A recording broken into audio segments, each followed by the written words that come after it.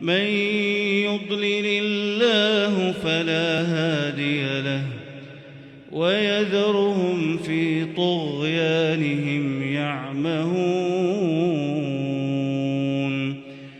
يسألونك عن الساعة أيان مرساها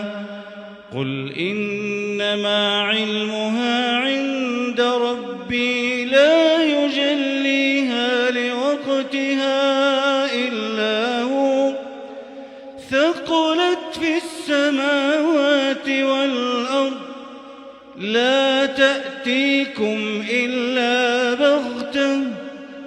يسألونك كأنك حفي عنها قل إنما علمها عند الله ولكن أكثر الناس لا يعلمون